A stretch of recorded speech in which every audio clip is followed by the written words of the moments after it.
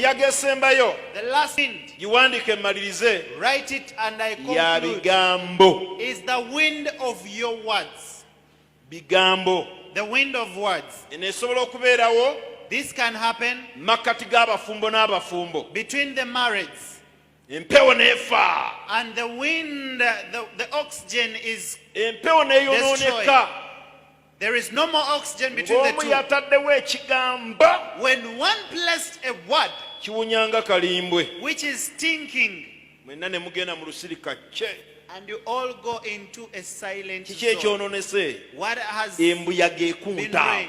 There is a wind that blows. Ekyo jjanga n'okimbuuza. Come and ask me personally. Mukyala nga eyasooka My first wife, tweyuza ekiro kiramba. we struggled the whole night.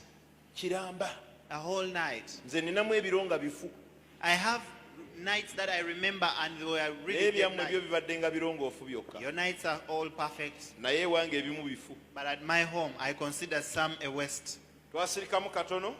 It was a simple silence between the two. Twasirikamu katono nga tusuze tuyomba, tusuze tweruma, takkiriza nsobi nange sikkiriza zange. We had an argument between we the two, and so we decided to go in a silent. Abaana baba bazze tubuuzaako After the children had said hello to us, ne tusirikamu. then we kept quiet. Ne bambala, They put on their clothes, ne bagenda, they left, ne tuddamu. and we began where we ended. Tuba tukyabwatuka.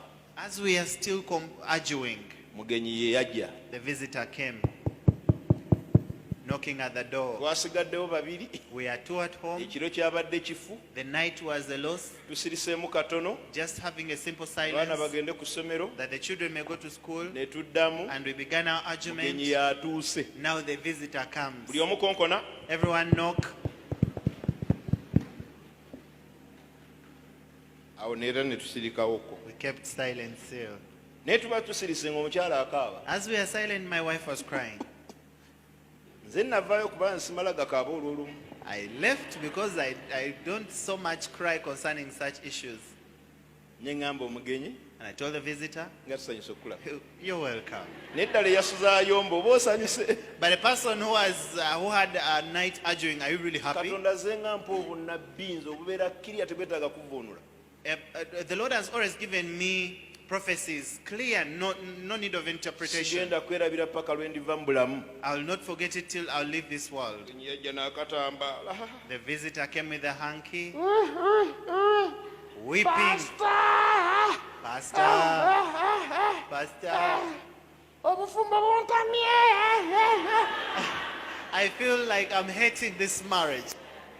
Wulira by'alagula, alagula akaaba. Hearken to a prophecy, she's prophesying but crying. Tuli balokole. We are born again. Nga naffe wana waffe tuli balokole. Even we at home, we are born again. Tuli baweereza. We are ministers of God. Naye tetukwatagana. But we are not in union with each other. Ng'alagula ebiri awaka. She was prophesying what is happening in my home. Mulokole naffe tuli balokole. She's born again, we are born again. Muweereza naffe tuli baweereza. She's a minister, we are also ministers. Naye tetulina mirembe. But we are lacking peace at home. Ndi mulungi mu Bible. I'm good at the Bible. Musona bwino. I give her scriptures. Ye pastor. The Bible says, yes, Pastor. Yeah. Yes, Yeah. yes. Nakka. And she humbled down. Nzikakkanya balala nze sekkakkanya. I'm humbling others down, but I don't humble myself. N'abuuza ekibuuzo. And she questioned, Mami aluwa? where is Mommy? Mami ng'asula kumpi ne ddiiro ekisenge. Mommy was in the opposite bedroom next to the sitting nga room. ebigenda maaso mu ddiiro abiwulira. So she was hearing everything that was going on. Sigenda kwerabira lunaku olwo. I will never forget that day. Yatereeza face. She put right her face, wiped the tears, N'atereeza akaviiri yakaleetera wano bwe kati. and she styled the hair halfway. Era buli lwe ndaba omukazi asuulidde akaviiri bw'ati. And whenever I see a woman covering the Ng'alabisa style is eriiso covering the limu eye, anzijukiza olwo olunaku. having the sight of one eye reminds me of that day. Yajja alabisaako oli. She was having one Nga eye was covered. anyirira.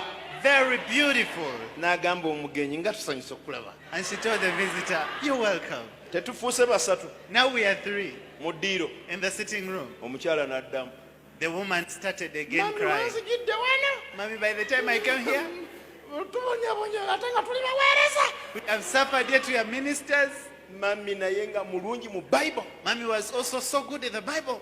Omanyi ffe abakyala You know, with the women, Bible etugamba okugondera abaami. the Bible tells us to submit to the husband. Ne mutunulako bwe nti And I looked at her, nga nyula omubuuza ate kye wakikola ddi. and I wanted to ask her, when did you do that?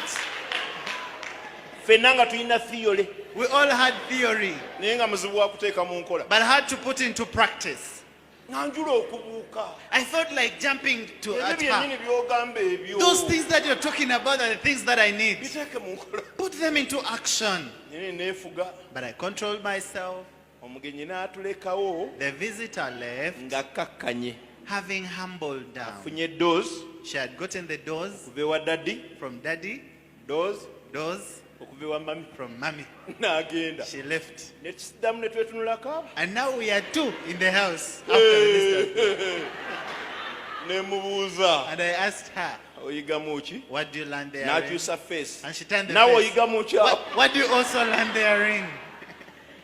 Abooluganda Bayibuli enjogera ennyangu. Brethren, the Bible that is merely spoken is Naye easy, Bayibuli enkola enzibu. but it is so hard to put it into practice.